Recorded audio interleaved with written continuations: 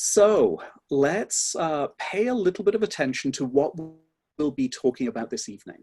The running order, as I've got things running, are the following. So what we will start to talk about are the pre-existing conditions or pre-existing risk factors for kids and adolescents who are going to run into problems using technology.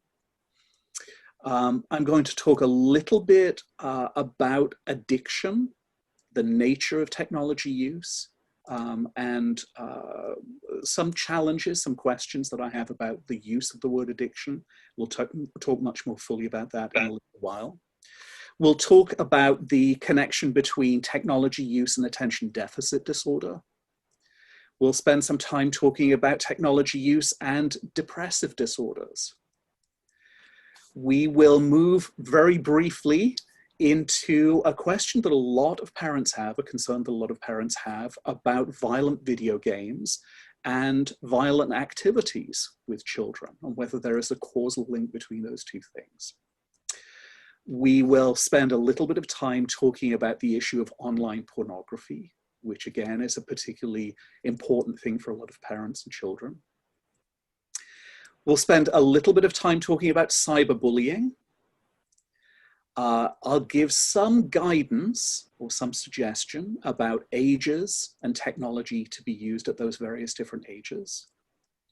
And then towards the end of the presentation, we'll spend some time looking at how parents and caregivers can set effective limits and why it's important to do that. So this should take about 10 minutes. No. We have lots of time. We have lots of things to talk about. So let's jump in. But before we do, I want to frame this presentation very much in terms of us as human beings, and particularly our children and teens as they're growing up to be adults, and the nature of what it is to be human. So when we think about human nature, at least as far as technology is concerned, I think it's really important to bear in mind a few really important points. The first is that we as human beings have a neurobiological need for more. We look for more things, we eat more food, we drink more drinks, we collect. Anyone who's spent time with young children particularly will recognize that children collect toys, they collect baseball cards. My daughter for the longest time used to collect sticks when we were out on walks. They collect shells and rocks. There's something neurobiologically built into us that means that we're constantly searching for more. The second thing that I'll draw your attention to is we also neurobiologically, developmentally, have a need to know. We're always looking for the next thing. We want information, we seek new things, and this is particularly true in adolescence. If you are paying attention at all to what's going on in kind of contemporary society, one of the things that you'll recognize is that children are looking for the secrets. They're looking for the inside scoop. They're looking for gossip about each other. They're looking for who's in and who's out. We have a whole culture around spoilers, kids and adults wanting to know secrets about movies and books and video games before they come out. There's a really, really strong need that we all have to know what's the next thing. We also have a really, really strong need to connect. We are, by definition, we're social animals, and we really need to be close to each other. It's notable that we're giving this presentation. This was originally scheduled for March of this year, and we're now doing it 6 months later. And in March, I'm sure none of us could imagine that we'd be in this circumstance 6 months later, and we still feel this real need to connect. The important thing when we think about where we are with communications technology is that tech companies are stepping into each of these spaces. Tech companies are really attempting very, very hard to meet each of these needs. The need for us to collect things, the need for us to find more and more and more, the need for us to know information, and the need for us to connect. And so it's important to recognize that while technology companies are drawn into this area, and to a very, very large degree, technology companies Hold on, Cash. I'm sorry, Francis, could you turn off your microphone, please? Thank you. Tech companies are attempting to meet these needs, and they're also attempting to exploit these needs. I'm not going to spend a lot of time talking about tech companies and their attempts to exploit these base biological and interpersonal and social needs. There are lots of spaces to find that. There are lots of books. For anyone who's interested in that particular area, if you are a Netflix subscriber, there is a documentary at the moment that's just hit Netflix called The Social Conundrum, or the social, anyway, a wonderful documentary about social connections through technology. And it really does speak a lot to the way in which technology companies are exploiting these base needs that we all have. What I'm not going to try to do is to steer this a little bit more towards what we can do as parents and caregivers, and how we can arm our children to be prepared for this new communications paradigm. So let's talk in very, very general terms about risk factors for kids who will find their way into trouble online. There are a number of things that it's very clear we can connect to problematic internet experiences. The first is children who find themselves socially isolated. Now, this is not unusual. Children who find themselves socially isolated fall foul of all kinds of problematic concerns, anxiety, depression, and so on. But social isolation in both children and teens is a particular risk factor for those children who will be preyed upon in some way online, children who have difficult online experiences. It's also true that many of those children who find themselves in trouble online have, for whatever reason, an inability to speak to their own parents. They have very few resources other than other children and teens who are struggling with the same thing. So it's important for us to pay attention to whether or not we are open, first of all, to communicate in general, and second, specifically about experiences online. Third, and we'll talk a lot more about this later on, kids with pre-existing depressive episodes or mood disorders, children who present as anxious, children with attention deficit disorder or syndromes connected to each of these areas will also find that they struggle a lot more in online communication. And finally, many of the children who find that they have difficulty in online experiences have very, very limited resources around mental health. They don't have connections to counselors or therapists of their own. They may be under-supported or under-provisioned in schools. So limited access to resources around mental health, again, is a much more general risk factor that feeds into children who have problematic experiences with technology.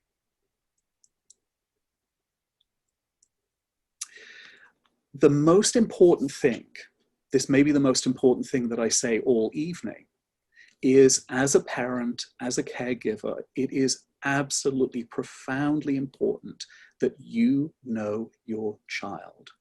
Now, I work as a practitioner, as a mental health practitioner. I work with children and teens and adults. And I recognize that while I may be an expert in mental health and I may be an expert in technology, the experts in childhood are the parents of those kids themselves. So as I'm talking this evening, I think it's really important for you to pay attention to who your child is. Is your child someone who's much more socially adept? Is your child someone who's much more withdrawn? Is your child someone who's likely to speak out if there's some injustice? Is your child someone who's much more likely to keep those problems and concerns to themselves? The most important thing is you know your child best, and you know, or will know at the end of this presentation, which of these problematic areas your child is likely to find themselves in. We'll talk about remedial concerns a little bit later on. So let's talk about technology addiction. Addiction is a piece of language that you'll use and you'll hear used around technology an awful lot. So I think it's really important to just delve into something that's perhaps a little bit more technical than it needs to be for most people who are not professionals or practitioners. But I think it is a useful thing to do. So when we think about what addiction is, we can point out a number of different attributes. These are just a few of them, but they're fairly definitional. When we're talking about substance use addiction, use of substances that are initially pleasurable, but over time tend to become less pleasurable. Another hallmark of addiction particularly is a development of tolerance to that substance. So very often people feel that they need to use more and more and more to get the same effect. It's very true that in circumstances of addiction, people who are addicted tend to continue to use regardless of the consequences, and certainly regardless of harmful consequences. And stopping use, not all the time, but often produces withdrawal of some form. And in large part, successful treatment of addiction means not using that particular substance. Not exclusively, but in very, very large part. Anyone who's been connected to or knows people who've been connected to 12-step programs will recognize the phrase, "I became powerless over my addiction." The idea that this substance, this thing, has power over me, therefore I have to stop using. Some of these things seem to fit with technology. Some of these things really don't. I struggle with the use of the word addiction when it comes to technology, again, because I'm a practitioner. I'm thinking very clearly and literally about what these pieces of language mean. One of the things that I will say while we're talking about addiction specifically is the reason in a lot of ways that we use terms like addiction when it comes to technology is in part because it looks like a very addictive process to lay observers.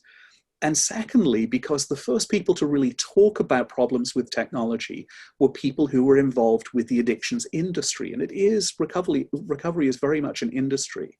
So a lot of the early surveys were built around the addiction model. I am going to propose something that's perhaps a little bit more useful construct around what it is that we're struggling with here. We have two mechanisms that occur when we utilize technology and that technology use becomes problematic. The first is impulsivity. And impulsivity, explained very broadly, is people who seek thrills and don't necessarily think about how they get them or what happens immediately afterwards. There is a really strong importance given to very short-term goals. And again, we're not really thinking about what comes later. People who are impulsive tend to have difficulty delaying gratification. They're looking for a very short-term payoff, and very often it's difficult to think about doing several small steps to move to some greater reward later on. There's very often a real inability to resist urges. We just act automatically. We act impulsively. Very often, the things that we do are very quick and very poorly planned. They're what's referred to in Britain in colloquial slang as quick and dirty. It's a quick and dirty response. Very often the decision-making process is really unreflective. We're just not thinking. We're not thinking about what happens before or after or how it may affect other people. And just as with the definition that I talked about earlier on with addiction, there's a tendency to ignore the negative consequences of actions. So this, in a nutshell, is pretty much every teenager. Teens, by definition, are really, really impulsive. And what happens over the course of their development, as if we want to get neurobiological, as their prefrontal cortex begins to develop a lot more, they begin to gain control over impulsivity and they become relatively stable human beings. But impulsivity is something that each of us struggles with. Some of us has greater responsibility, has greater resistance to our impulsive urges. Some of us struggle a lot more, and we tend to be much more impulsive even as adults. The second thing I'd like to talk about is compulsivity. Compulsivity is different, but in a lot of ways is linked to impulsivity. Compulsivity shows up in the types of behavior that are very repetitive. Very often we don't think about them, and sometimes they get in the way of things that we're supposed to do. It's also true that compulsivity in our life kind of keeps us on the right track. And as an example of compulsivity, and everyone will know what I'm talking about right now, think about cleaning your teeth. You know which hand you hold the toothbrush in. You know which direction you clean your teeth, where you start, whether you're on the outside or the inside, whether you start at the top or the bottom. That is a compulsive activity in that you're not really thinking about it. It's just something that you do. It's very true that many of us have compulsive behaviors around having coffee in the morning, or when or how we eat breakfast, or what we eat. Compulsivity is a piece of our everyday life. It kind of keeps us on the right track. Very often, compulsive behavior is kind of habitual, or it's kind of stereotyped. It's the same thing over and over again. And in many circumstances, when compulsivity becomes problematic, and we're thinking about obsessive compulsive disorder, very often compulsive behavior is built around the idea that by doing this thing, we're going to avoid some kind of negative consequence later on. So a classic example of obsessive compulsive disorder might be checking that all the lights are turned off a dozen times before leaving the house, because I have a fear that if I don't check the lights, there may be a short circuit and my house will burn down. So the behavior itself is intended to keep that negative consequence away. Very often, compulsive behavior also persists in spite of the fact that it's difficult. It gets in the way of life. It stops us doing things that we should do, and perhaps doesn't serve us particularly well. Now, as we think about impulsive behavior, that kind of reckless, not thinking, and we think about compulsive behavior, the kind of rigid, keeping things on track and repeating them, regardless of whether they're useful, both of these things really play a role in certainly addiction, but also in use of technology. So what I would suggest, and I'm certainly not alone in this, is that what we're actually looking at, rather than addictive behavior, is what's being very loosely referred to as an impulsive compulsive disorder. Because we have impulsive behavior, we have compulsive behavior, but while those two things may... Now my phone is dying, and I'm like, oh shoot. Sorry, Aurora, could you turn off your microphone, please? While we may have both impulsive and compulsive behavior that play a role in addiction, not all addictions play out in impulsive and compulsive behavior. So when we think about this as a concept, what we see is that motivation is, behavior rather, is motivated by seeking of rewards. In later stages, when we're involved in behavioral, what are referred to as behavioral addictions or impulsive compulsive behaviors, what we see is we're drawn in initially by reward seeking, something feels good. And then in later stages, what we see is the reason that we're doing things is that we're avoiding some kind of perceived negative consequence. So as an example of this, I will give you Farmville. I'm sure many people in this room have seen Farmville or know Farmville. You could substitute this with pretty much any game that anyone plays on their cell phone or on their computer. That initially when we're drawn in, it's kind of a fun thing to do. I get to grow plants, I get to buy sheep. I didn't play Farmville, so I'm kind of talking out of my ear. But initially, this is kind of a useful thing. It's an enjoyable thing to do. And then eventually what happens is the enjoyment of the game wears away. And we find ourselves just going back because it's the thing that we do. And then we find ourselves going back, not because it's particularly enjoyable or that it's the thing that we do, but we don't want to lose the points. We don't want to lose that thing that we gain by checking into the game every day. This actually came up in a conversation with a client of mine this morning, who was talking about checking a game that she plays. It's a poker game. And it's not played with real money, it's just a game. And she said, this is one of the things that I do in the morning. I check my poker game and I log in because then I get some free coins. I don't even gamble and I don't even play the game, but I feel as though I have to go in because I don't want to miss the free coins every day. That's compulsive behavior. And that, again, is the way in which both social media and gaming platforms hook into those mechanisms that we all have to a greater or lesser extent. So what we see, again, is that we're pulled in by our impulsivity. We're pulled in by our fun-loving selves. We're looking for adventure. We're looking for something fun to do. But once the novelty stage begins to fade away, we're held there by our compulsive selves. We need to go back and we need to check. We need to post something. We need to play. We need to check in on what people are doing on Facebook. We have to keep that streak of communication going in Snapchat. We just continue to go back, not because there's anything fun there, but because it's just kind of the thing that I do. Again, one of the things that I draw attention to is that the thing that we're very often trying to avoid is social discomfort. And social discomfort is really kind of manifest in this idea that we might be missing out on something. We might be missing out on a piece of news that everybody else knows that we don't. We might miss an invitation to a party. We might miss those few coins that I get by playing poker in the morning, even though I'm not really interested in the game. I'm not really interested in playing poker. I want to avoid the discomfort of not getting that thing. And when we think about this, particularly in the social realm, you can almost feel how powerful this is, particularly for pre-adolescent and adolescent boys and girls.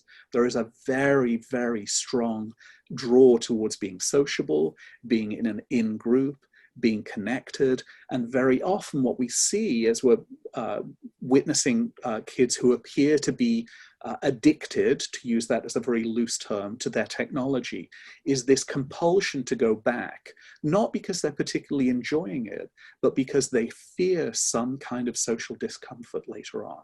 It may not necessarily even be conscious, but it may well be a concern that I'll be on the outside, I'll miss out, I'll miss some piece of information or some in-joke, and then I'll be out on my own.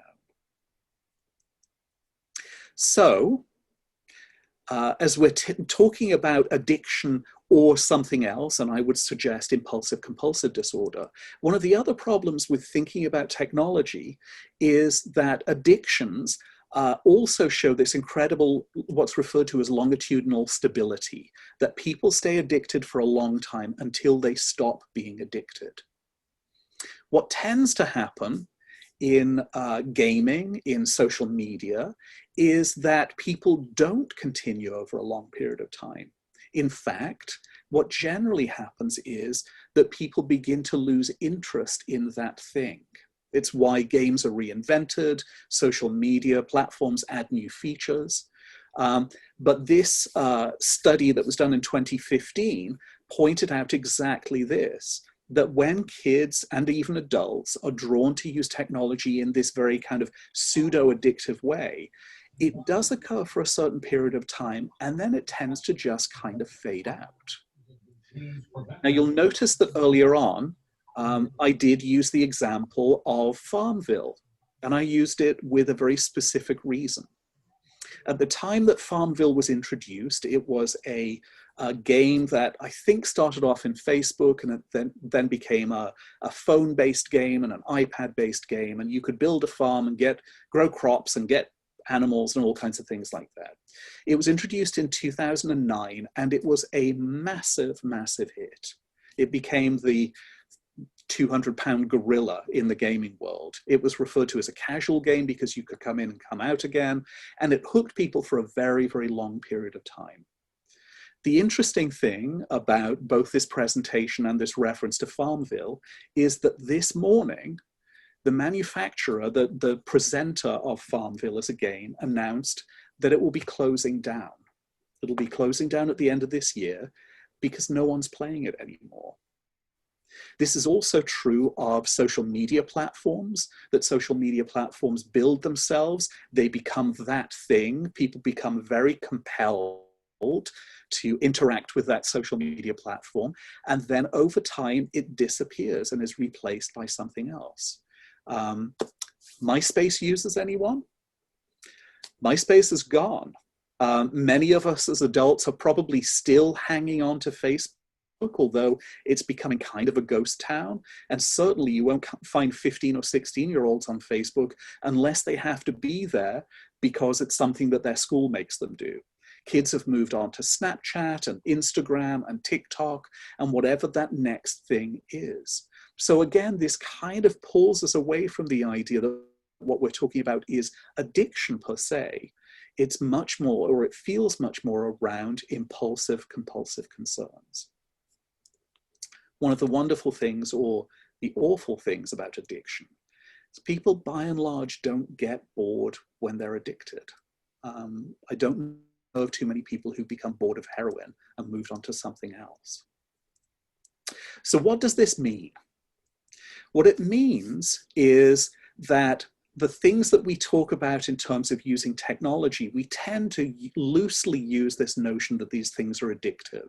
I would suggest that that's not necessarily the case, although they still do need to be taken incredibly seriously.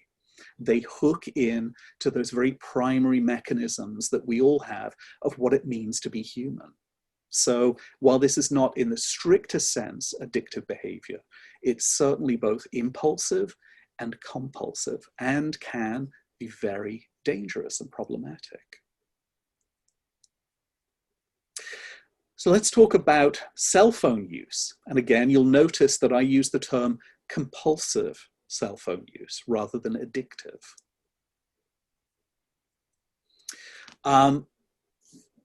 If we look at magazines and newspapers and we look at TV shows, we're starting to hear kind of jokey references to new pathologies, new problems. I'll give you a few examples.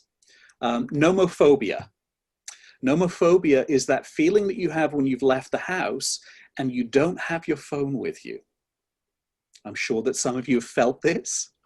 There was a lovely app that came out a little while ago, the name of which escapes me, this just popped into my head, and it was an app that you could put onto your phone that you could record or send messages with the last 2 or 3% of juice that you had in your battery before your phone dies. That is another one of those kinds of concerns. Will I have enough energy in my phone to last me until the end of the day? Or do I need to jack myself in somewhere or carry an additional battery? FOMO is another one. This is something that's kind of entered the lexicon. FOMO is a fear of missing out. This is particularly strong, again, with children and teens. There's always been that experience that you go into school and you realize that there was a party over the weekend that you weren't invited to. FOMO is like a heightened version of that, because not only are you kind of vaguely aware that there was a party that you weren't invited to, but everyone's posting pictures on Snapchat. That fear that I'm on the outs and I need to work to get in. Anxiety. Anxiety is a kind of feeling that you received a call, a kind of a, I keep my phone in my pocket, so sometimes I'll feel a kind of a vibration in my pocket and then realize that my phone didn't ring and my body just kind of made up the idea that my phone rang and I should respond to it. And then textiety. This is something I see a lot in kids. I see it a lot in my daughter, actually. Excuse me. The feeling that I just received a text and I have to respond to it right now. Regardless of what I'm doing, I could be in the middle of homework, I could be in the middle of a conversation, I could be in the middle of a TV show that I'm engrossed in, but I need to ignore that so that I can respond to this text message right now. I have to do it right now. Again, we can gain control over each of these things in a way that perhaps we don't or can't with addictive behavior. We certainly can with compulsive behavior, and we'll talk a lot more about that later. We can see that there are significant personal costs and stresses that are a part of feeling that we have to have ultimate 24-hour-a-day contact with other people. There are lots of people, lots of adults who feel as though they never have time off work because they have a phone in their pocket or they have a computer and their email client is going constantly. There's a significant cost and concern to that. There is also the possibility for many of us of sleep disturbances. If we keep a phone or an iPad or a computer in our bedroom, seeing that phone light up, or if we're a teen and we have a piece of technology in our bedroom, having the compulsion to go over and turn it on and to have conversations with people late into the night. I will make a very, very strong bid at this point. If you have a child or a teen who goes to bed with their phone or their iPad or has their computer in their bedroom, think very, very seriously about taking that charge cord and that phone out of their room every single night. Because as a practitioner, one of the things that I stress really, really strongly with all parents, and this is parents of children who are depressed, parents of children who have impulse control disorders, or parents of children with attention deficit disorders, increase your child's sleep by 1 hour every night and you will be surprised at the difference it will make. Sleep deprivation is a form of torture, and it's a form of torture that we are all willingly moving into. Many of us have that experience of the, oh, just one more episode when we watch Netflix. In fact, it was a big debate at the beginning of Netflix, whether or not for these very long seasons, 12 or 15 episodes of Netflix created entertainment, there was a lot of discussion about whether or not they actually needed to put in any breaks at all. If we're doing 12 hours of programming, why don't we just put it on for 12 hours and let people control their own use? Instead, they decided to go the other way, the more traditional television way of let's break these things down into 30 minutes or an hour long. But even though we're given that gift of a natural break in the narrative, many of us really, really struggle with the idea that, oh, I can just squeeze in one more episode. It's only 1 o'clock in the morning. What's an extra 30 minutes? This is very true for us as adults. It's particularly true for kids when they go off to college. Beginning to develop some skills to modulate use in that way is a really, really important thing. It's also really important for me as a clinician, and I think for most parents and caregivers of kids, to recognize that there's a difference in meaning when we talk about conversations and when we talk about conversations in text. When we talk about arguments, and we talk about arguments in text. And over the course of my professional career, one of the things that I have really tried to foster in my own inquiries about where kids are in their communications with other people was this something that you were texting about, or were you actually talking with someone face to face? Because the dynamics of those two things are entirely different. And very often, kids who are moving into this technology space really struggle with the difference between those two things, the meaning of talking to someone face to face, or the deficiency in a lot of cases of texting someone and misinterpreting what you're reading or writing. This is important stuff.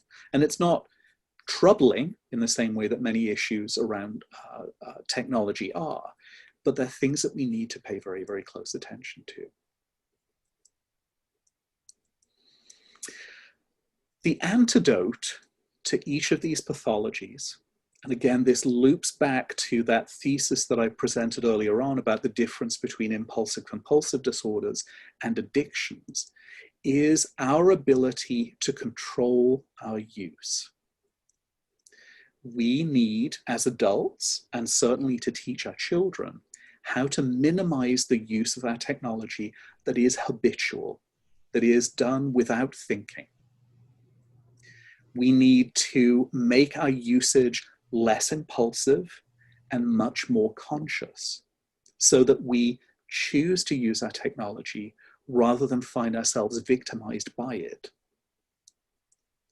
We also need to start to enable behavioral habits that minimize our contact with technology. And we'll definitely be talking about each of these three areas when we get towards the end of the presentation.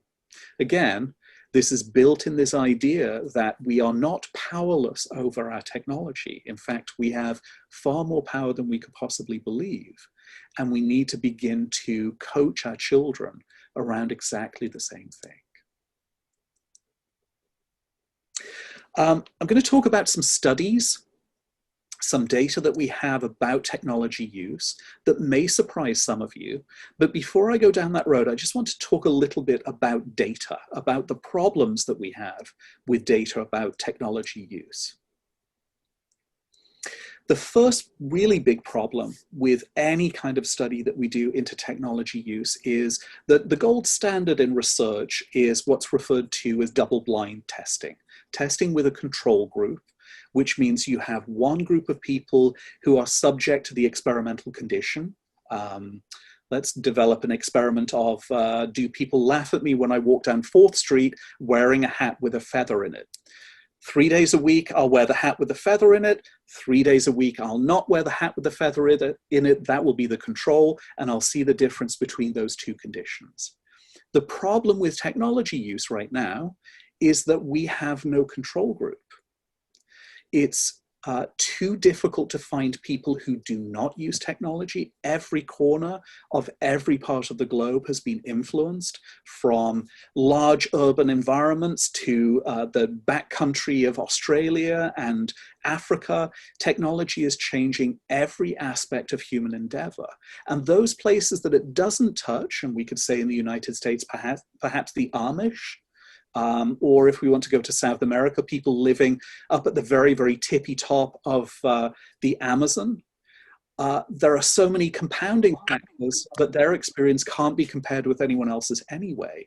So we are running this massive sociological experiment all over the world with no control group. So we actually don't know the difference that using technology and not using technology makes. We have to kind of guess and infer. The second problem is, and this is something that I'm sure will come up as we're talking this evening, a lot of the data that we have is anecdotal. I know this person who, or this is my experience with my child. Now, that's valuable data, but it's also true that about 10 years ago, before we were absolutely ironclad in the connection between smoking cigarettes and lung cancer, everyone could anecdotally point to someone who, and you could say, well, I have an uncle who smoked 20 cigarettes a day for 50 years, and he was healthy as an ox when he died. So anecdotal data, while it's interesting, isn't terribly useful for developing policy and developing ideas about what's actually going on. Also, most of the studies that occur are based on self-report surveys. This is based on children and teens who are using technology and reporting what they actually did. Now, I know my 15-year-old writes everything down and tells me the truth about every single moment that she's alive. I can't say that that's true. I know that's not true at all. But it's not true of teens. So the data that we're getting from self-report surveys is somewhat suspect. It's very difficult to get data unless we're pinning children into buildings with cameras on them. We don't really know. And finally, most of the hard data is based on correlation.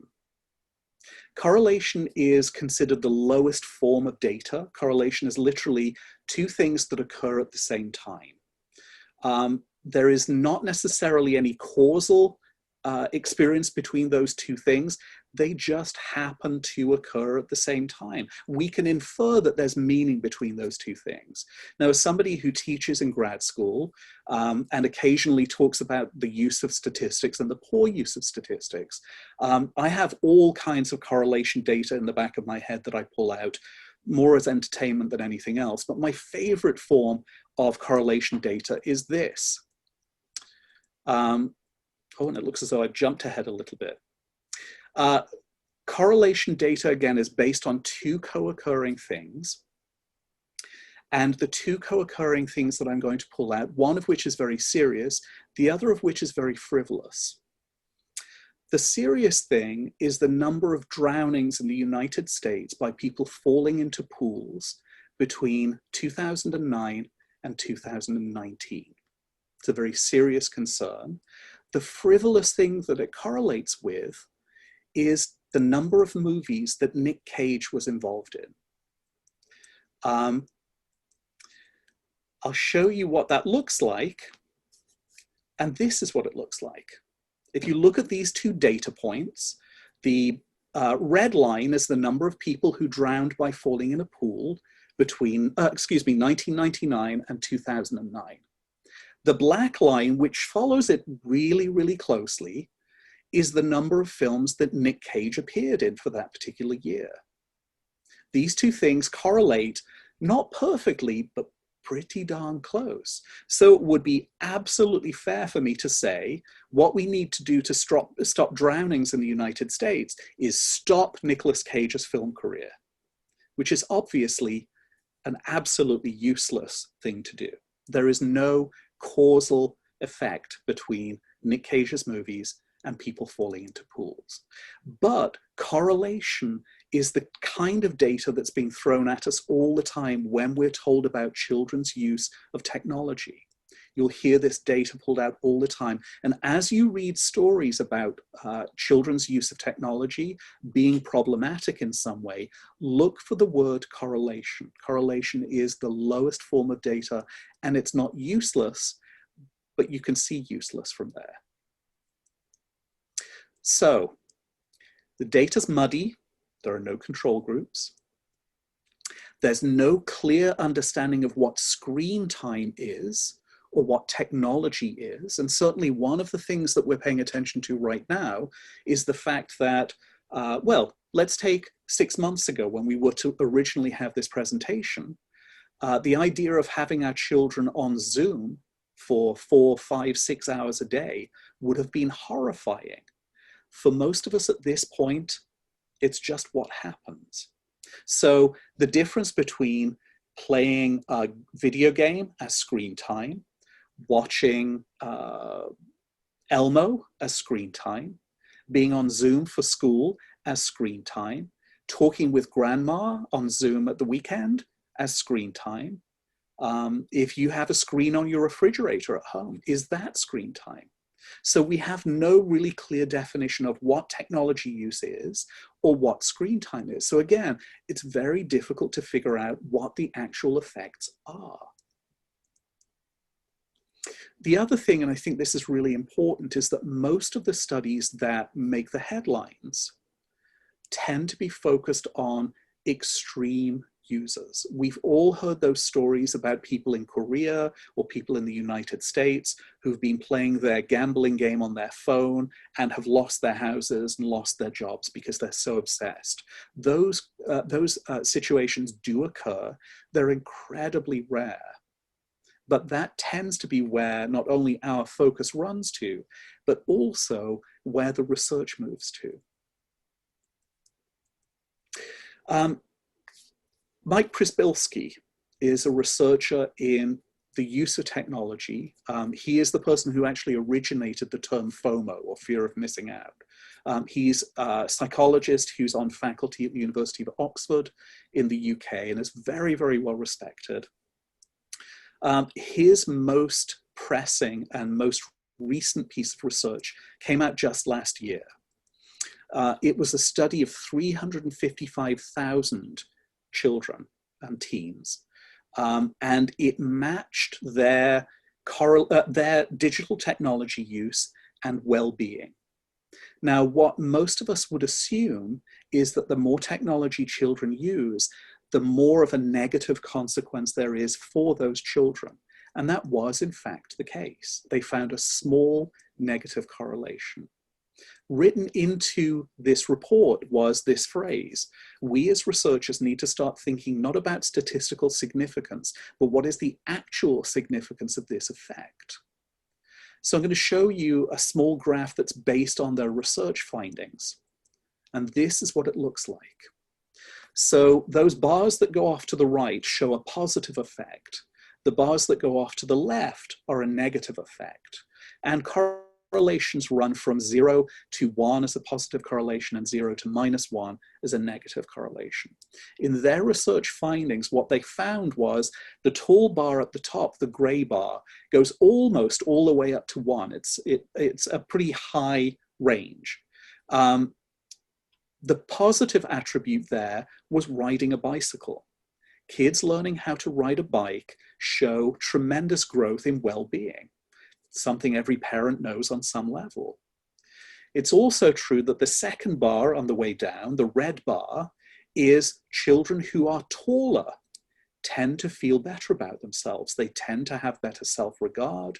They tend to have a better view of themselves in the world. When we look to the negative, things that have a negative effect on the perceived well-being of children, the orange bar is left-handedness.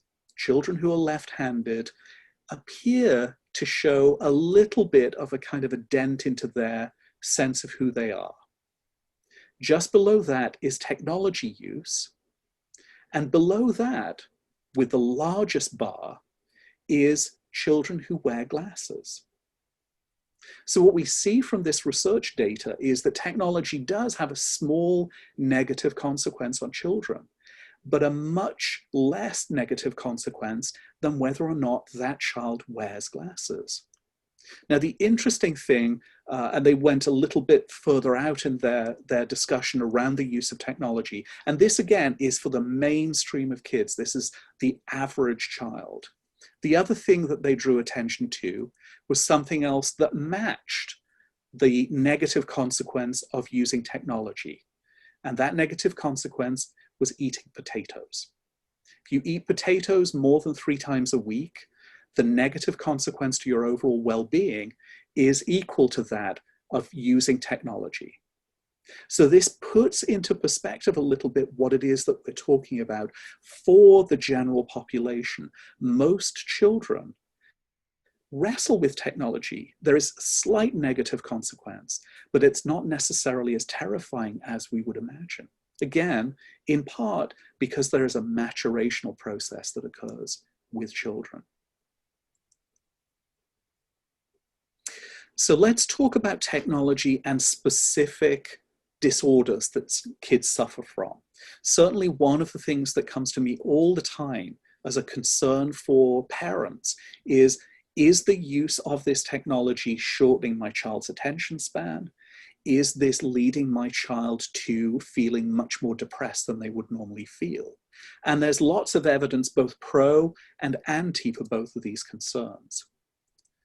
When we think about attention deficit disorder, this is a study, this is RA in 2018. This is a study of 3,000 15 and 16-year-olds in Los Angeles. They found a very mild correlation between the development of attention deficit symptoms and increased technology use, a very mild positive correlation. What they found was that children who initially were not diagnosed with attention deficit disorder, a very small number of them showed some signs of attention deficit at the end of the study period. However, what they found is, and this is not unique to their research, it's kind of a general way of thinking about attention disorder, attention deficit disorder rather.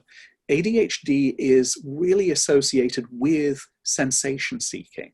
If you think about hyperactive children, they're constantly looking for some form of stimulation, moving around, climbing on top of things, find it very, very difficult to focus on one specific thing.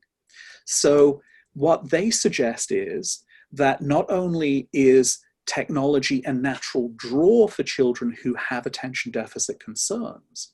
Kids with ADHD concerns will naturally find themselves gravitating to shiny, bright, very stimulating objects like games and those kinds of concerns. But also in this study, they thought that what was actually happening was that there were a group of kids whose attention concerns were so minimal that they probably would have floated through school without recognizing, or without anyone else recognizing, that they did in fact have some attentional concerns, but that the technology was kind of flushing them out. The other thing, and this is a really important thing to pay attention to when we're thinking about attention concerns and technology, is that attention concerns, particularly ADHD, has a really, really strong genetic component. And that genetic component won't be turned on or off by the use of technology. When we think about depressive disorders, this is something that we talk about much, much more. There is a concern, particularly around things like social media, and particularly the use by girls of social media, comparing themselves to other people, comparing themselves to an ideal life. Most research, and there's a tremendous amount of research in this area, most of the research shows this form of kind of what's referred to as bidirectionality. Absolutely, depressive disorders that pre-exist in children can lead those children into compulsive use of technology and into problematic internet use, without doubt. And it's also true that problematic internet use seems to lead children, particularly adolescents, back to depressive disorders. Again, this compulsive aspect of the kind of things that kids get involved in online reinforces itself. Now, what's also true, and this is absolutely true of social media platforms, and social media is really the focus of a lot of this discussion around depressive disorders. The kind of leading theory right now is referred to as the rich get richer phenomenon. And what that refers to is children who struggle with online relationships or struggle with the use of social media tend to struggle in relationships outside of their technological life. The obverse is also true. Those children who do well interpersonally, those children who are more kind of the average in terms of the number of friends and the connection that they have with other people, and those children who excel, the very, very social kids, use social media differently. They use it as a way to reinforce the social connection that they already have. So in this sense, literally, those children who are rich in social interaction and rich in social skills get richer because they use social media to reinforce the skills that they already have. It's also true that those children who struggle in social relationships will also struggle in their social media relationships too, for obviously the same reasons. One of the things about technology, and this kind of goes back to texting and talking, technology tends to offer a low stakes way to connect to other people. Texting, sending a message to somebody, is a much lower stakes version of calling them. Because what if you call them and you get into this long conversation? Calling someone is a lower stakes version of going around to visit someone. Visiting someone is a lower stakes version of having dinner with someone. And so what we see is that technology tends to appeal to those people who fall much more down at the lower stakes end. People are much more drawn to the lower stakes form of communication. And that's particularly true of adolescence. Adolescence is a period of time where everything is about me, everyone is looking at me, and if I can minimize the stakes in my interactions with other people, I will do exactly that. And that, in essence, is the draw of technology, and particularly of social media. Of course, the problem is that while we think about this as a way of connecting to other people, We think about text as real conversation. It's ultimately very unfulfilling. It is, and I've used this phrase before in other presentations, it's the illusion of connection to other people.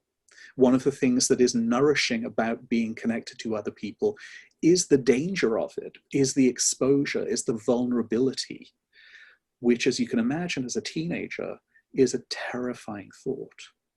So social media and technology is kind of a shortcut.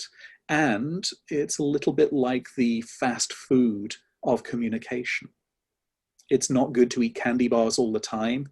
It's not good to only communicate with people through social media channels. It can be useful, it can be rewarding in a very short-term way, but ultimately it's going to leave kids unsatisfied. Let's take a break from that for a second and we'll come back to it in just a little while. One of the things that comes up for parents of boys particularly, and particularly boys who are playing violent video games, is I see things on the TV, I see violent experiences, I see school shootings, and one of the things that draws us a line through all of these kids is that they're using technology and they're playing first-person shooter games. Does this mean that this particular kind of gaming will turn my child into some kind of violent monster? Most research in this area, or most, I would say all reputable research, shows that there's very, very little causation, although there is some limited correlation between violent video games and violent acts. What does appear to be the case, and I'll show you this model in just a second, what does appear to be the case is that violent video games is what's referred to as a stylistic catalyst for children to act in a violent way. What this model looks like, this is Ferguson's catalyst model. The model itself looks like this. And what I'll do here, if I can do this, is I will, you should be able to see my mouse wiggling around here. There we go. So what you'll see in this box here at the end is that one of the greater areas as a catalyst for children to be violent, or particularly adolescent boys, are a genetic predisposition towards violence, which is very much the case, and male gender. Boys are much more likely to act out. Boys are much more likely to be violent. The particular temperament of the child is really important. Some children temperamentally struggle much more with self-regulation. Some children have a much more aggressive personality, and some children have a motivation, a reason to be violent. What we see over here in the orange boxes at the top, children who've been subjected or exposed to violence in their own home, that also becomes a really important part of their move towards violence, and it becomes a part of their temperament. There are also environmental strains. The motivational catalyst becomes a part of their action moving forward. Environmental strains tend to be things like being isolated, being bullied, being that kid at school that nobody talks to.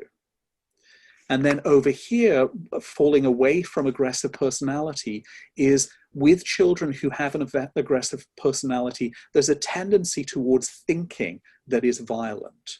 Fantasy about violence, watching violent films.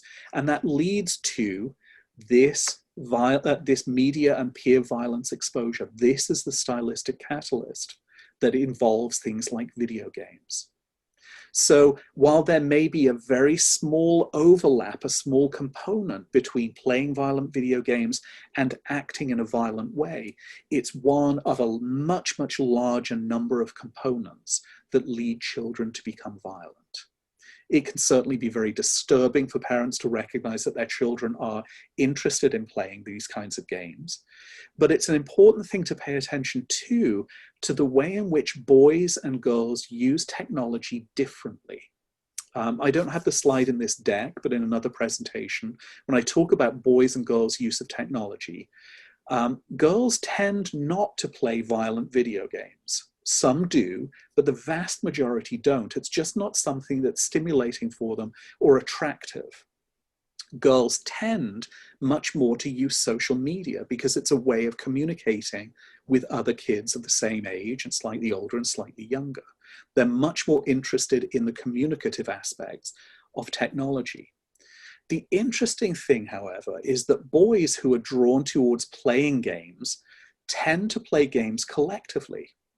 And when they talk about the reason that they play things like Call of Duty or Halo, the thing that they talk about is this is not about shooting people, it's about doing things as a group with other people. So the interesting thing is that boys too are using technology to communicate. The technology that they use, however, is play through games. It's communication through, very often, violent video games. As an illustration of this, many of you probably have teenage boys in your home, and I'm sure that you've had this ongoing debate about keeping your child quiet while they have headphones on and they're playing Call of Duty because they're yelling at their friends. When I go out and walk my dogs in the evening, I know the house in my neighborhood where there is a 14-year-old boy who plays Call of Duty in the evening. And the reason that I know that is his windows are open. And as I walk by, I just hear him yelling, no, no, go left, what are you doing? That is the draw of violent video games very often for teenage boys. So boys and girls use technology in very different ways. I'll take one more step after having a sip of water. One of the central concerns for a lot of parents is the issue of online pornography, which is ubiquitous. It's absolutely everywhere, and it is unavoidable. So how should parents talk with their children about pornography? How should parents address the issue of pornography? I have a few slides here. Again, I could probably spend the next 2 or 3 hours talking about this specifically, but I'm going to talk in a very general way about this and then give you a direction that you can move in, a website that I'd like you to visit if this is something that is of concern for you. I would strongly suggest that you start to talk with your children about pornography much, much earlier than you imagine. I'm going to shock many of you when I suggest that you should talk about with your children about pornography by 3rd grade. Statistically, children are likely to come into contact with pornographic images by about the age of 11. And it's really important that you begin to have these conversations much, much earlier than you would imagine. I would try as much as possible to leave shame out of the conversation. It's a really important thing to recognize that while we may have our own opinions about what pornography is and how people use it and why, children are just inquisitive. They're kind of curious about everything. And if they decide to go seeking those kinds of images, it's because of that curiosity rather than because of some kind of disturbance. Many other children, of course, are subjected to pornographic images. Those images are sent to them. I've heard stories about kids pulling up pornographic images on their phone and then showing them to other children while they're at school. And so they may be subjected to pornography rather than investigating it for themselves. But it's really important when we talk about these kinds of issues with our child that this is something that eventually they will come into contact with. Our job is to smooth that transition and to prepare them for the fact that there are images and experiences and concerns that they're unaware of right now and will be really, really challenging for them as they come along. I would try as much as possible to reassure your child that you're not angry.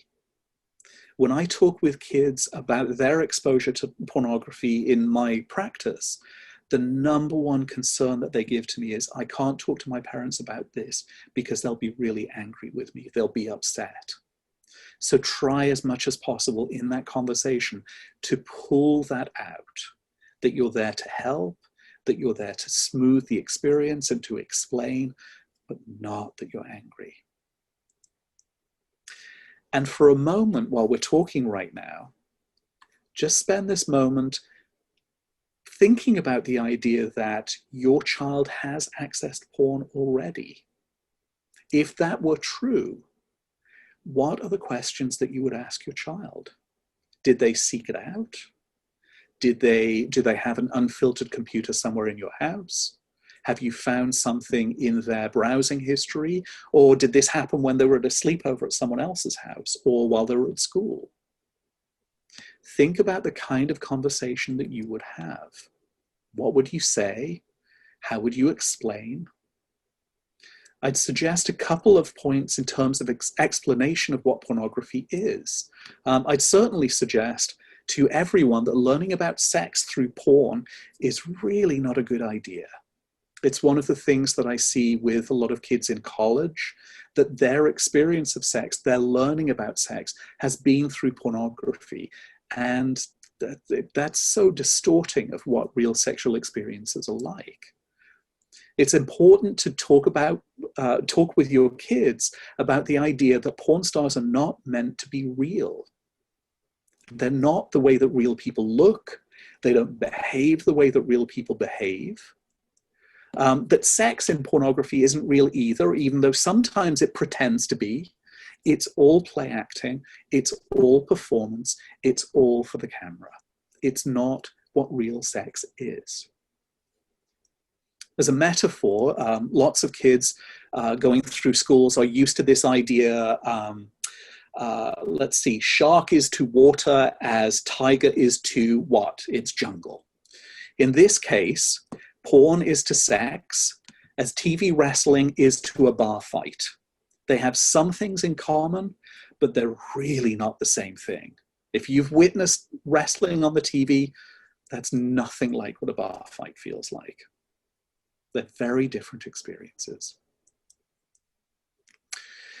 It's really important to remember and to remind older teens that porn really sets an unrealistic expectation of what sex is.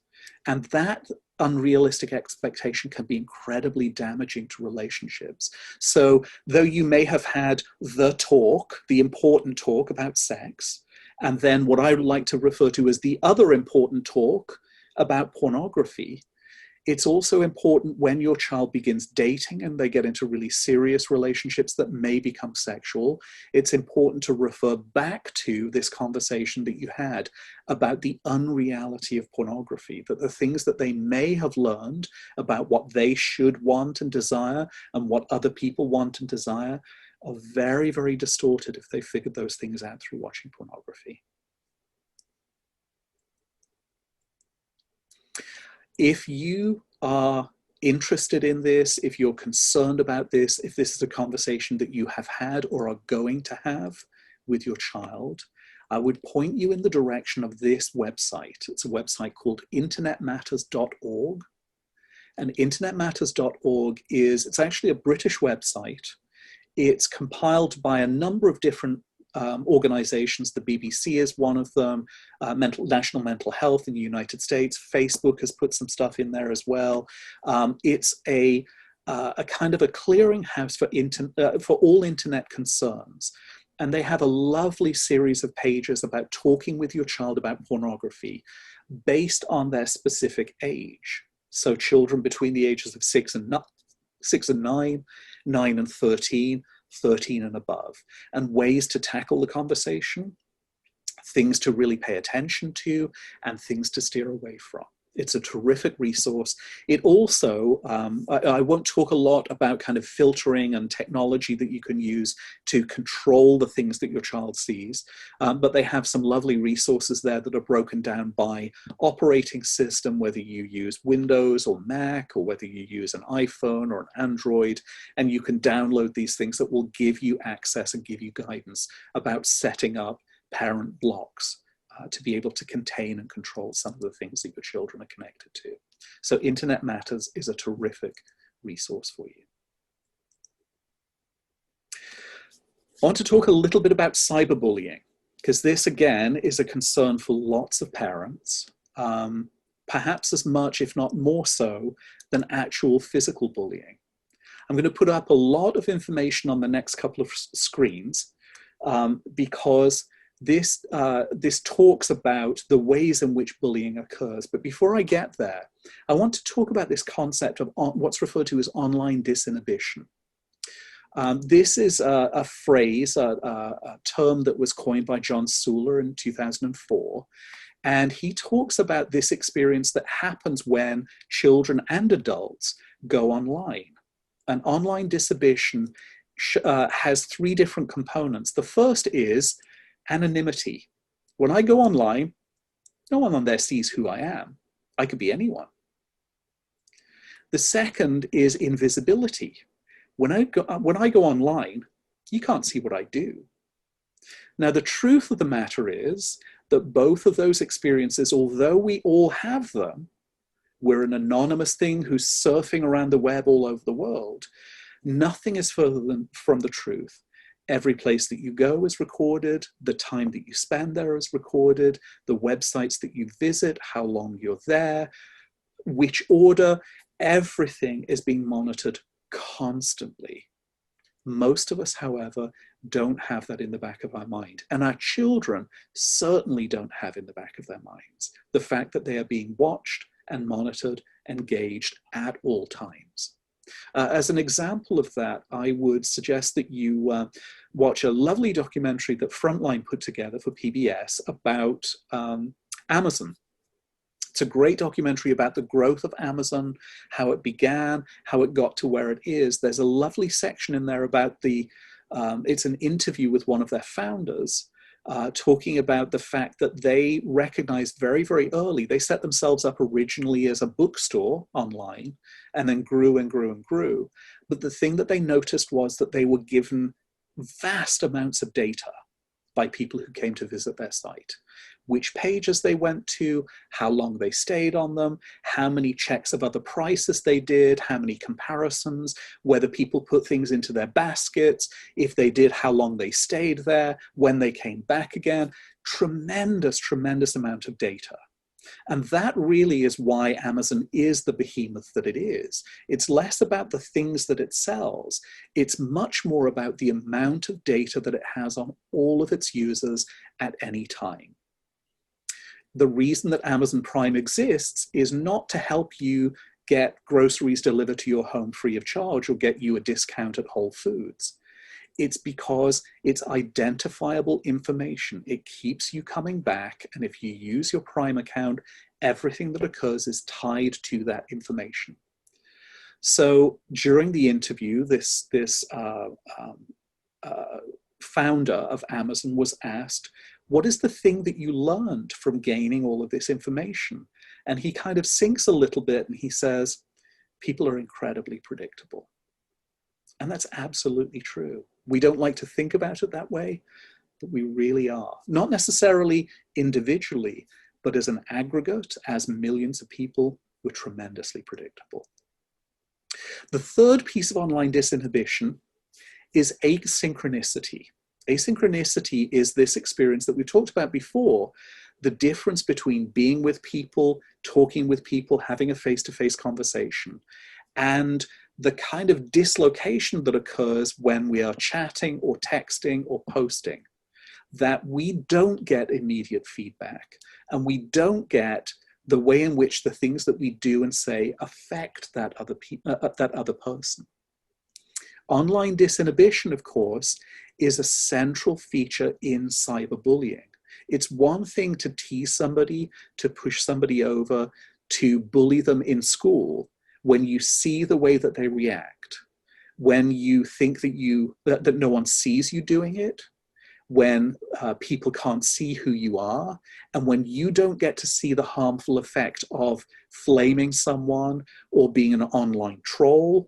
It gives people carte blanche to be their worst possible selves. It's why, frankly, Twitter has turned into the cesspool that it's become.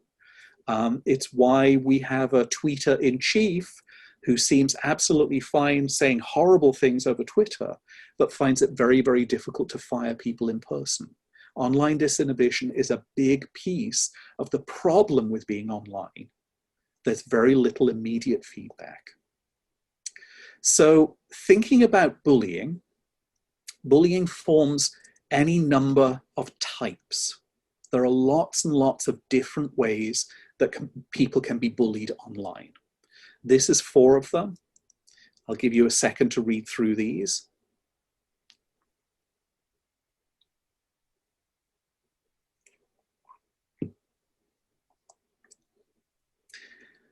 And the next slide shows 4 more. And this is by no means the only forms of cyberbullying. Cyberbullying is very subtle.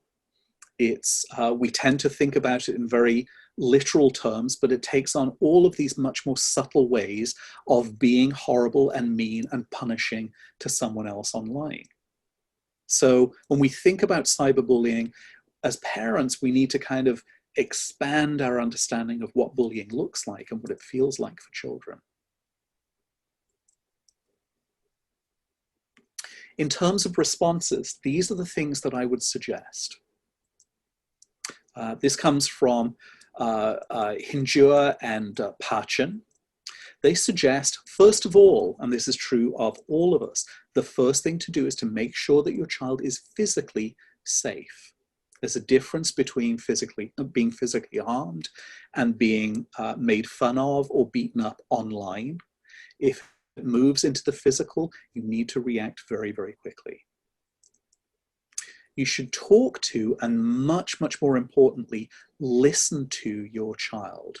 Their experience of being cyberbullied may roll off our backs as adults, but to them it can be profoundly difficult and incredibly disturbing. It's really important to listen. It's also important to start to collect evidence. Take screenshots, take photographs with your phone of your child's computer screen if you're not able to take screenshots. Make sure that you have a record of things as they occur, particularly as they identify the person who's doing the bullying. Work with the school. Most cyberbullying occurs in the context of relationships with other children through school. Obviously, that's slightly less right now because very few children are actually in school. But if this is an aspect of your child's life, contact the school and talk with the principal. It's also important to make sure that if you know how to do this, you block the perpetrator. Cut off their avenue to your child. And if they try a different avenue, again, collect evidence and do exactly the same thing in that channel. I would generally refrain from contacting the parents of the bully, in large part because we don't know what direction this will go in interpersonally between you and the other parent. And there are lots of other ways to go. I would strongly consider reporting the perpetrator to their internet service provider, Comcast, AT&T, or the developer of the app that they're using to bully your child. It might be a social media platform. It may be an app that people are using on their phone. Every form of technology has some way to contact the owner, the originator. If you feel that you or your child or other people are in danger, it is really important for you to contact the police. And if the bullying of your child or other children that you know of is based on race or sex or disability, you can also contact the California Office of Civil Rights. This is very, very serious stuff. Now, again, this is a kind of a thumbnail discussion about cyberbullying and how we can respond. For a much, much more full direction, I would suggest that you visit cyberbullying.org. This is a very well developed website. This information is from that website. And it's specifically designed and it's specifically written to address the law in the state of California. Obviously, states vary, and the access and the reach of legal remedies also varies from state to state, although many of these things are also federal. So let's talk about ages and stages, and what age should I allow my kids to start to use technology. This is probably one of the #1 questions that parents ask me as a practitioner. These are the pieces of guidance that I would give. The first comes from the American Academy of Pediatrics. American Academy of Pediatrics suggests no digital media under the age of 3. Now that's phones, it's tablets, it's computers, it's also actually television. The interesting thing about this piece of advice is that it's based on absolutely no research whatsoever. It is much more an opinion of pediatricians all over the country. And I think there's some justification to it. But I'd also say, as somebody who raised a child under the age of 3 years old and know lots of parents who've done the same thing, everybody uses that little screen to babysit their child when they have other things that they need to do. I would suggest, again, AAP suggests no digital media at all under the age of 3. Your mileage may vary, but minimize as much as is humanly possible. Again, every parent needs a break. Cell phones. Most guidance would suggest no earlier than middle school. Why middle school? When I talk to parents, when I talk to kids, one of the things that I recognize very, very quickly is that the social environment for kids really heats up when they enter middle school.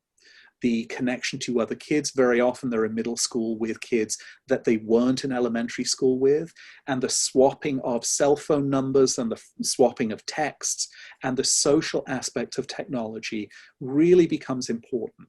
So the feedback that I get from children who don't have technology when they enter middle school or in that first few months of middle school is that they feel really left out. Everyone else is communicating and they are not. So while you're free to go in whatever direction you choose to as a parent in terms of giving technology, I would certainly say no earlier than middle school. I'd also suggest that you build in some period of transition or earning a piece of technology when kids enter middle school. In terms of social media accounts, the rule is 13 years of age.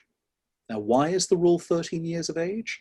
I'd love to say that Facebook and Snapchat and Instagram are looking out for the mental health and the well-being of our children under the age of 13 years old, but that's actually not true. The reason that the federal law is that no children under the age of 13 years should use social media platforms is because 13 years of age is the age at which those media platforms can gather information about their user. Large media conglomerates are not allowed to pursue and gather data on children. And the point at which that can begin is 13 years old. So if your child has a social media account before 13, you're breaking federal law. Are you likely to be caught? Are you likely to be sent off to jail? Absolutely not. But that is the mechanism that's enacted at that point. I would say if your child does want to get engaged in social media, again, 13 years is the federal rule, I would suggest one form of social media at your discretion. And that if you allow your child to have a social media account, that you should have access to it, that you should be friended by your child and you should see everything that they post and everything that other people post to their feed. It's a really good way, not only of holding their hand as they move in and being able to explain things as they appear in social media, but also to begin to kind of contain it. One, and then possibly two, and then more if necessary. Again, leading your child from no experience to the experience that they will need by the time they're a much older teen. I would suggest younger teens should absolutely be monitored. They should be monitored either in terms of the amount of time that they could spend on their device, or that you should use some form of technology to be able to observe or quantify the amount of time that they're spending in particular apps and the places that they go. Circle is a piece of hardware that you can attach to your router that will control the access that your child has to the internet. It has a kill switch, so you can turn it off at any given time. You can monitor websites visited and emails and text messages sent. That's also true of TeenSafe. There are a number of different technological things that you can use, but I would strongly, strongly recommend, at least at the very beginning, that you're monitoring the things that come into and go out from your child. So let's talk about setting effective limits.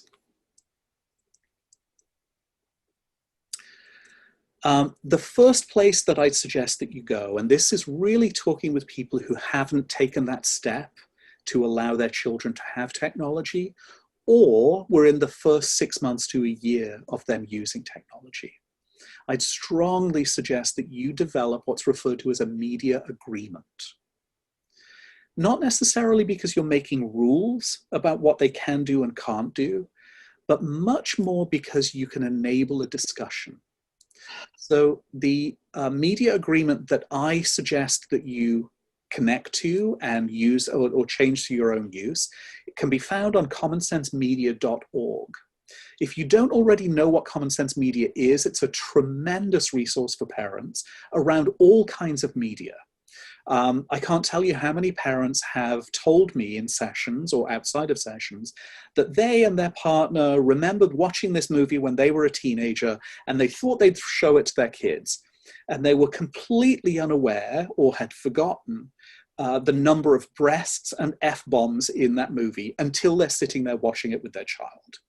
Or their child comes home and they say, everybody's watching this movie, let's sit down and we can watch it together. And then the parents are horrified. Common Sense Media is essentially a rating agency where you can go and you can look at video games, you can look at movies, you can look at TV shows, and you can see the very specific content of that media. And you can decide whether or not this is something that you want to expose your child to. And generally, in each of those reviews, there will be, this is what parents say, this is the age that most parents say this is appropriate for. And then underneath that, there'll be, well, kids say, kids of this age can probably get away with seeing this movie. So it's a great resource for all kinds of media and a kind of a critical evaluation for parents who don't know what they don't know about what their kids want to watch. So that's a plug for Common Sense Media. But specifically this media agreement, I've pulled out a few statements from their sample media agreement, and I'll show you why I really like this one. Oops, there we go.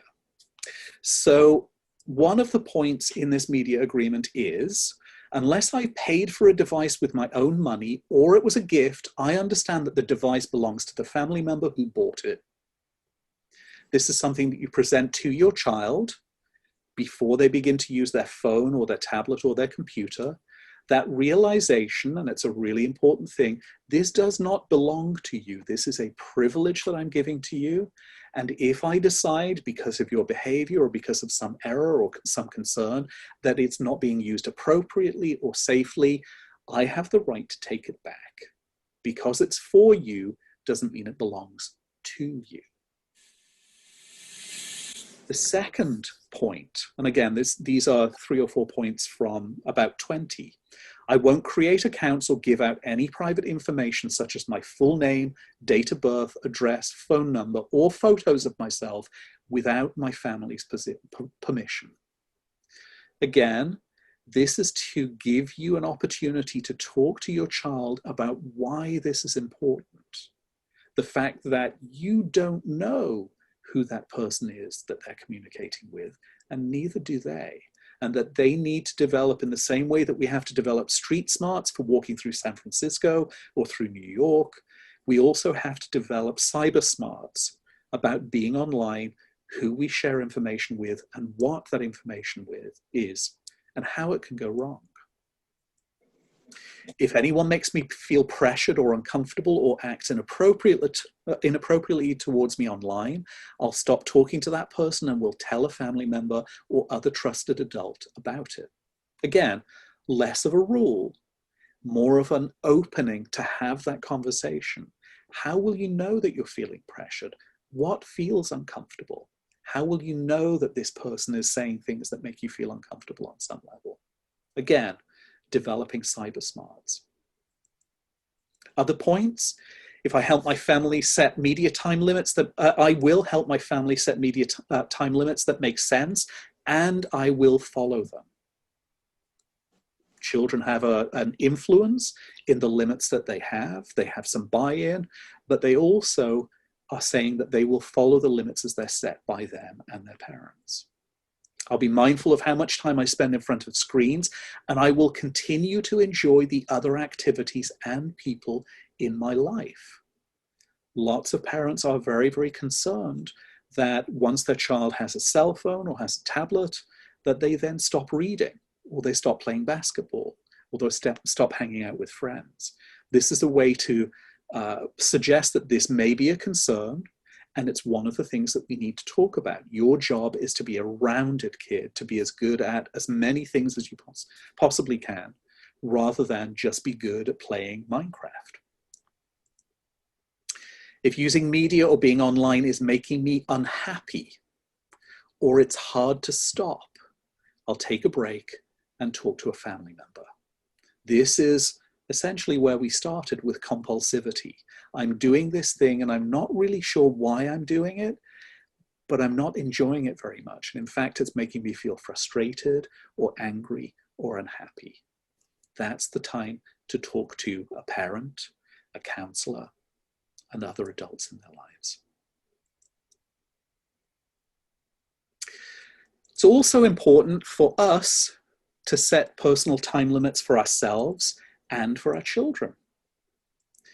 If there's anything that we learn from watching Willy Wonka, it's that we should never trust a man who wears a top hat. If there's a second thing we've learned from watching Willy Wonka, it's that children unsupervised and with very few guards will find themselves in all kinds of trouble. They fall into rivers full of chocolate, they get turned into blueberries, they get miniaturized and stuck in people's pockets. So it's important for us not only to think about limits for our children, but also to start to think about limits for ourselves. And this again leads back to that compulsive use question that I was posing earlier on. It's important for us, particularly now, to pay attention to those moments where we're sitting on our feed, our news feed, or our social media feed, and we're just doom scrolling. We're just looking from one horrible story to the next. Everything sucks. Things are only getting worse. It's important for us to recognize when we are feeling compelled to do that, and that we don't have to. If it makes you unhappy to read the news in the morning, don't read the news in the morning. Set yourself a behavioral limit. Limit your exposure to doom scrolling. Limit your exposure to things that make you feel uncomfortable, and talk to your children about it. We have to begin to control our own responsiveness. We have to control our response to phone calls. We have to control our response to text messages. We don't need to respond to them right away. We have to be aware that there is an automatic feeling that we have of having to do this. Again, that compulsion to respond, to post, to like, to put a sticker on something, and that we can choose whether or not we do it. I would strongly suggest that you build in tech-free spaces in your life. In my own home, we have a rule that there is no technology at the dinner table. We're not even allowed to bring phones to the dinner table, so that we can have a bit of space and a bit of time where there are no beeps, there are no bloops, there are no text messages, and we can just be together. And I would strongly suggest that you do the same thing. Likewise, this is a little bit more of a struggle in my home, but we have a no double screening rule. And by double screening, what I mean is you can't watch a movie at the same time that you're scrolling or texting with somebody else. And if that happens, either the movie goes off or the phone goes down, but no two screens on at the same time. Again, setting limits about responsiveness, setting limits about stimulation. And finally, if you're feeling a little bit more brave and adventurous, you can engage in what's referred to as a technology Shabbat. What that means is that you move from 24/7 to 24/6. You take one day of the week, or maybe one day of the month, and there is no technology at all. This is from a book that was published a couple of years ago. It's been really influential. The book is in the references at the end of this presentation for those of you who want to find it. But that idea of having one 24-hour period where you are inaccessible and modeling that for your children and talking with them every time you do this tech Shabbat about what this feels like. Have the experience with your child and teach your child that not only can you control your technology use, but they can control theirs too. It's not easy. It's not easy for me. It's certainly not easy for kids. But being engaged in that struggle is a really, really useful and very educative thing to do. Spend some time talking with your child about algorithms. What algorithms are ways in which sites like YouTube and Facebook and Snapchat are watching you as you are watching them. The best example of this is YouTube. YouTube is an algorithm-based video channel. And in essence, the AI, the artificial intelligence in YouTube is watching you to see what you want. Again, going back to that idea that we want more and more and more, YouTube is designed to give you more of what you want.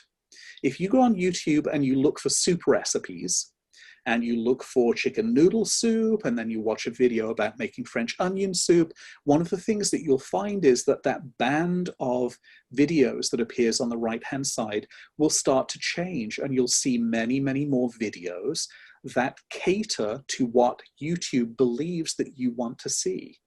They will become soup videos.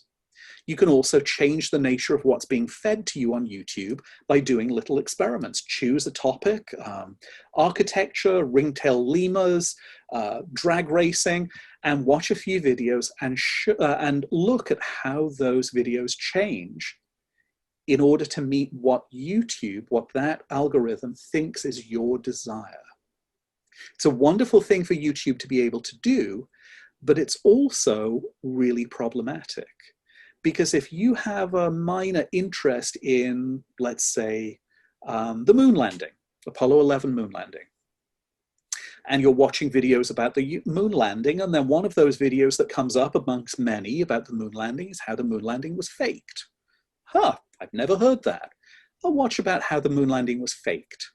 And that changes the algorithm, which then will give you examples of other things. Well, not only the moon landing was faked, but the Kennedy assassination was faked, and the earth is flat, and the world is run by a vast group of subterranean lizards. And very, very quickly, what we find is that that algorithm, trying to cater to what it thinks you need, distorts the way in which you see the world. It's catering for more, and it distorts the nature of reality. What this means is that my YouTube feed and your YouTube feed and your child's YouTube feed are entirely different things. They're very much based on the user. And as an example of this, what I'd suggest you do, and as you talk about this with your child, go to visit a website called theirtube.com. Theirtube.com is a series of loops, and what it provides is examples of different YouTube feeds for different people based on all kinds of different things. This is how it looked today.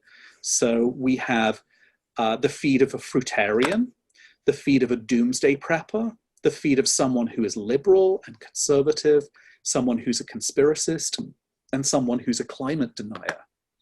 All of this information is being fed to these people, and the algorithm takes people further and further down that particular rabbit hole. It tends to confirm people's beliefs and exaggerate them even further. Again, the best laid plans of mice and men, the plan of YouTube is to give you what you want. The problem, however, is very often what the algorithm thinks you want is a slightly darker or more disturbing version of what you're actually interested in. It's a great illustration of how algorithms go wrong. And again, for those of you with teens and older kids, I'd suggest taking a visit to YouTube as you talk about this with them. So final thoughts.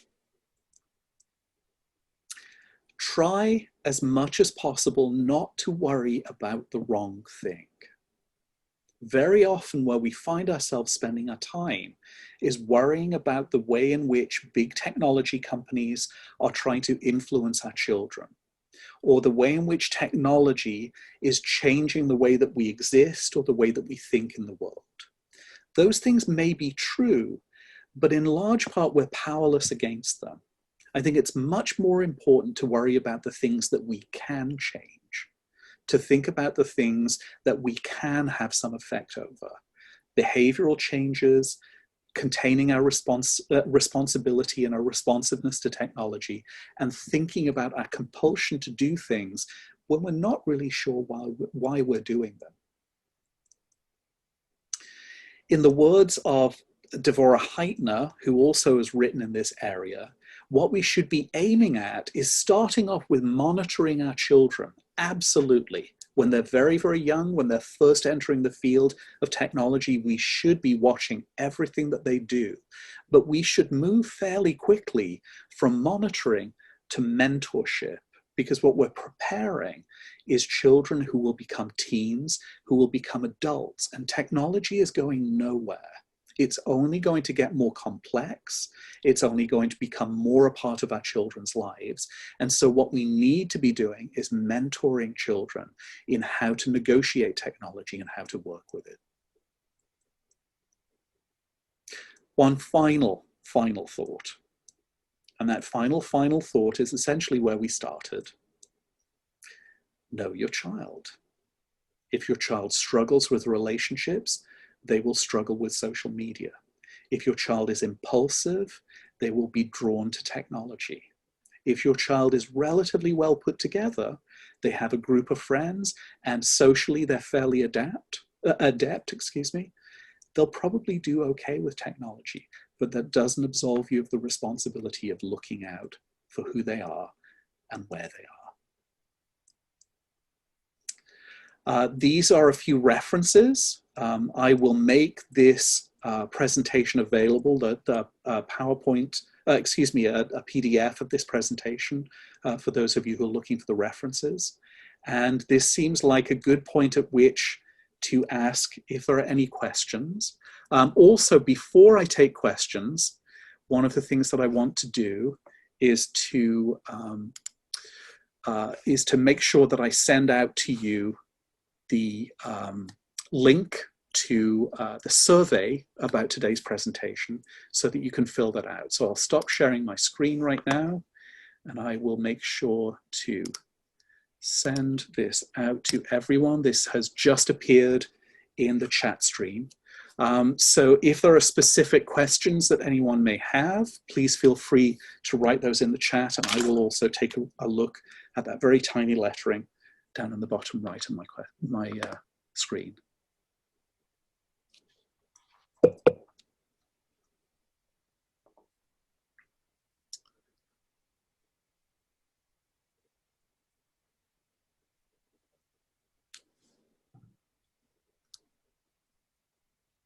Mark, did you see the question about resources for Spanish-speaking parents? Yes, it's a very, very good question. I have not compiled a list of resources for Spanish-speaking parents, but I certainly will do that. And I'll make sure that it becomes a part of the record of this particular meeting, and it goes out to other people. Great.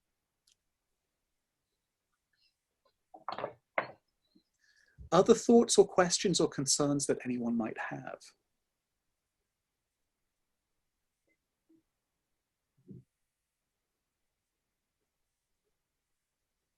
Well, I hope that this has been useful. I hope that it's both raised your concerns and raised your worries a little bit, and also answered some of the concerns and worries that you may have had. Again, we tend to worry about things that are right up in our faces, and sometimes we worry about the wrong things. As example of the wrong things that we've worried about in the past, I'd point out that There was a very great concern at the beginning of the automobile age about people traveling above the speed of 5 miles an hour, because at that time, nobody knew what it was going to do to human bodies. For those of you who are my age or a little bit younger, you may remember the congressional hearings that were guided by Tipper Gore about rock and roll lyrics. Do you remember that? That was a huge story. It went on for months and months. It was a massive political concern. Stickers went onto albums everywhere. It disappeared. And arguably, lyrics for music are much more egregious and much more disturbing than they were whenever that was, 30 years ago, 20 years ago, I'm not sure. Things fall in and out of favor. And one of the things, again, that we're paying a lot of attention to right now is what we are worried about in technology. I would suggest that there are lots of things to worry about, but that we don't worry about the wrong things, that we should try and pay attention to the things we can control rather than the things that we're victim of. That's my own personal philosophy, but I hope that it's something that I managed to spread to other people through this meeting. Mark, did you see the question there about what's the best approach if you didn't get a handle on these things before the adolescent or the child got the divorce? This person has a 14-year-old daughter, wondering how to backtrack a bit there. What's the best approach if you didn't get a handle on these things before they got their devices? I have a 14-year-old. I would initiate with your 14-year-old a meeting. A family meeting about once every, let's say once every 3 weeks or 4 weeks, and set an agenda so that you and your team can bring in concerns that you might have about where you are.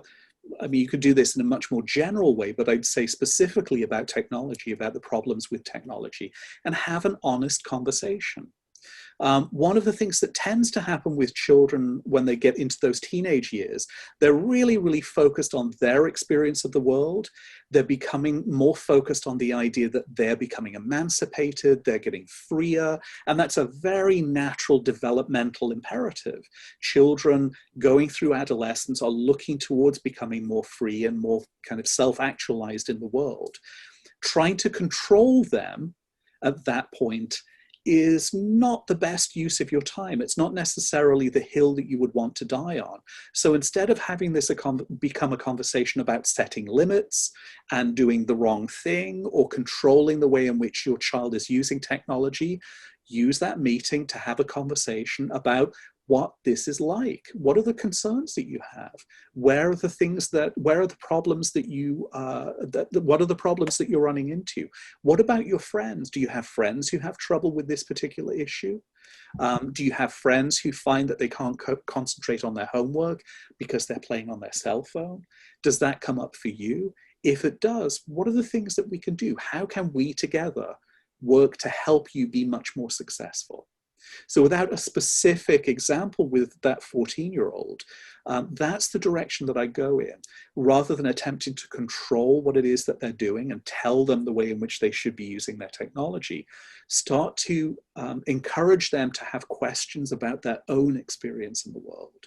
What do you think about this? What do you think is a better way to do this and a worse way to do this? What are your friends struggling with? Those kinds of questions. That's the directions that I would go in. Someone is asking about what about making online friends with kids we don't know? Do you have any suggestions there? In general, my experience is that most kids have been relatively benign.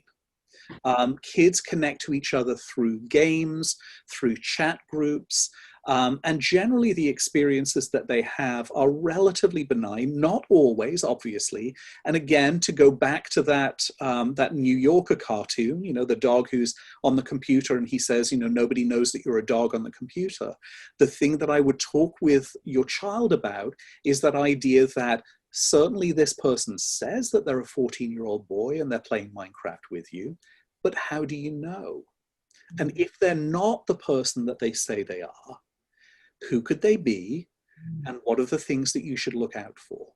Because we truly never know unless you're looking at somebody, and let's face it, where we are right now with deep fake technology, we can't even trust video anymore. You know, we can manipulate all kinds of images.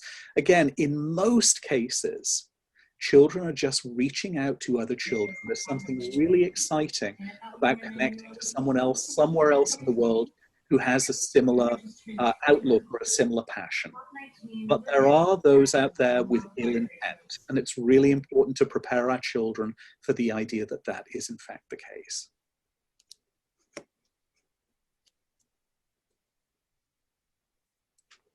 Time for one more. Somebody's asking if you have any recommendations for apps or utilities or tools for monitoring for younger kids, or for any kid where you want to monitor their use. Absolutely. I'm an Apple user, so I'm most familiar with the Apple ecosystem. So I would certainly start off with screen time. Enable screen time on your phone so that you can access the use of your child. You can see when they're using and what they're using. You can't get into the nuts and bolts of things like text messages and what's being sent and received. For those kinds of things, I'd suggest there's an app that I have had some experience with a few years ago called TeenSafe. TeenSafe, again, it's something that's added to your child's cell phone, and it accesses all the data through their iCloud account. So you can literally read every text message, see every photograph that's been sent, every website that's been accessed. And there are lots of other pieces of software that do that. I know that Xfinity, through their routers, give you control that you can turn the internet on and off in your home, but that's kind of a sledgehammer approach. I would also say I'd put in a big plug for Circle,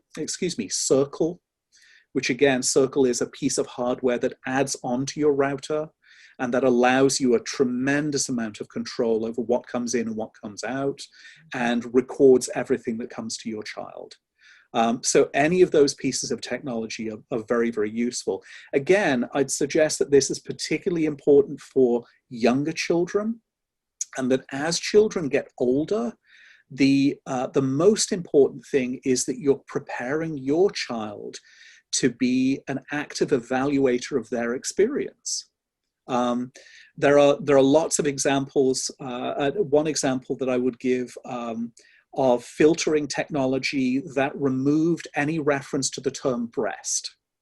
You can imagine why parents would want to use a piece of technology like that, particularly if they had teenage boys. But what it disallowed was for those children to search on Google for references to breast cancer.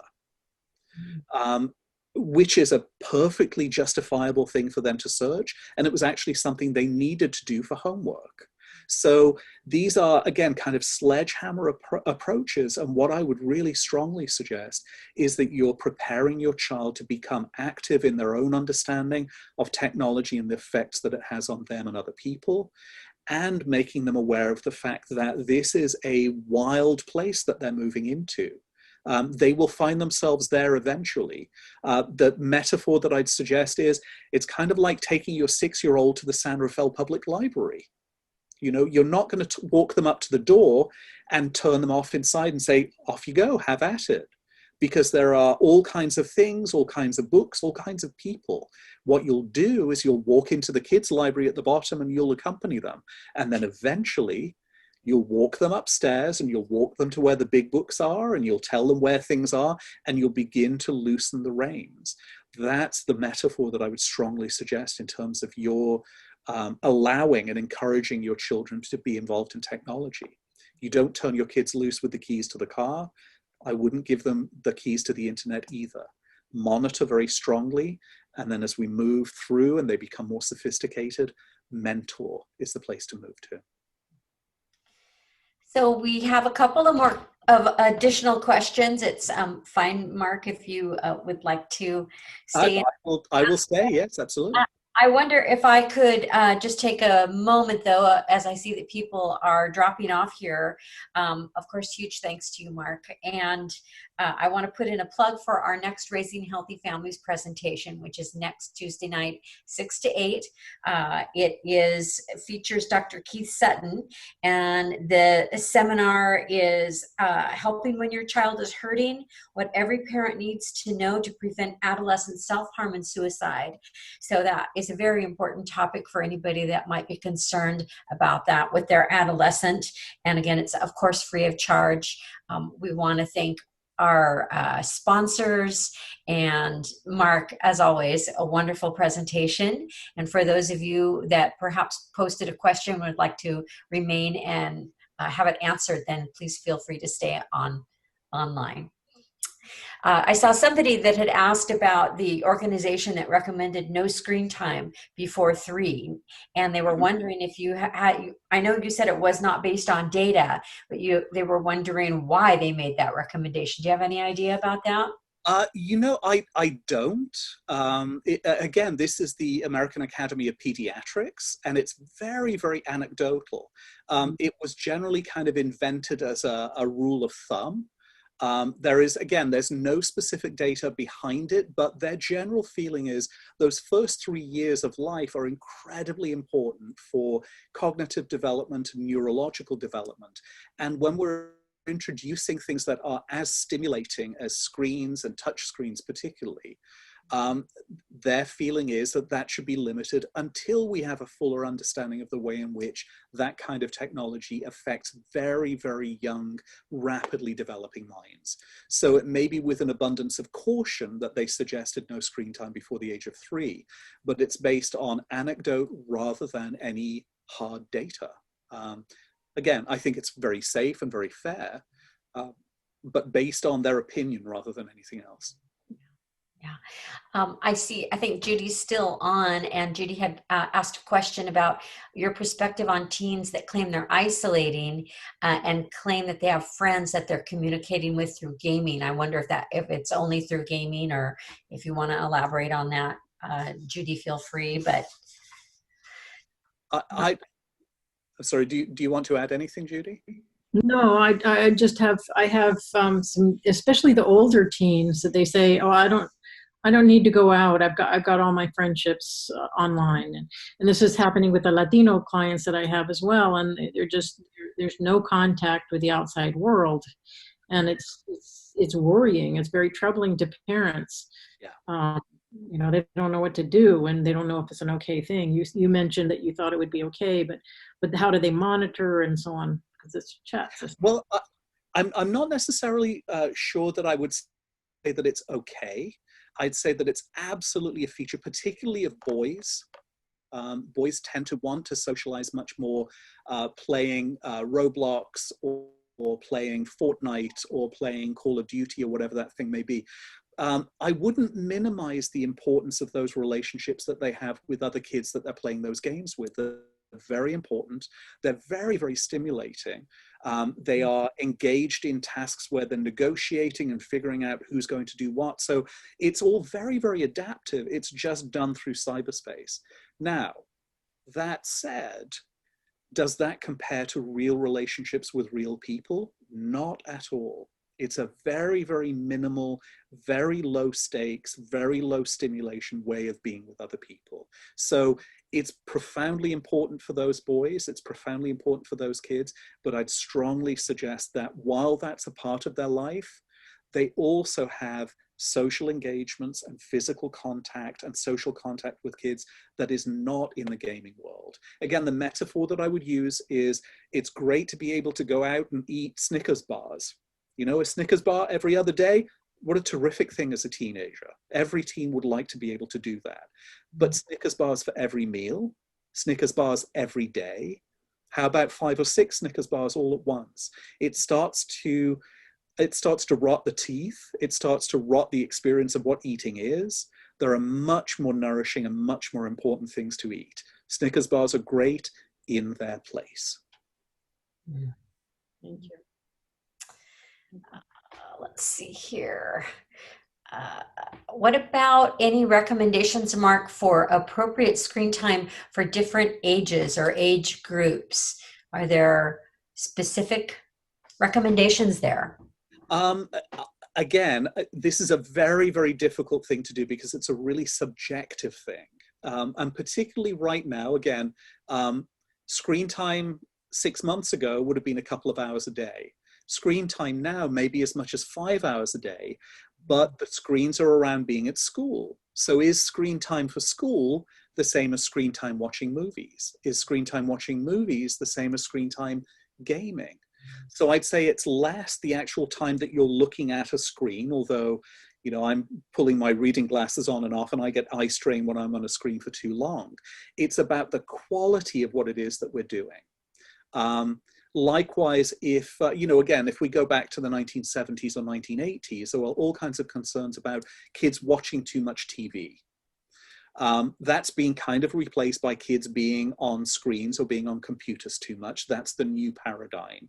But the same kind of thing applies watching TV for me. Watching TV for 8 hours on your own is very different than sitting down as a family and watching a movie together and then having a discussion about it. So that it's the quality of the screen time rather than simply the amount. So again, being screen time watching YouTube videos very passively is different than screen time being in a class with all of your friends and your teachers, is different than being on a FaceTime call with grandma and grandpa who you haven't seen for 3 or 4 weeks.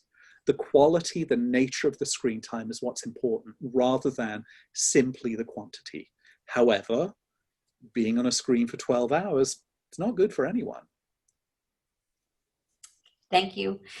I think we answered all the questions unless anybody has any additional questions here, and we so appreciate your feedback. So if you would click on that survey link and let us know, you know, how you experience the seminar tonight, we really appreciate that.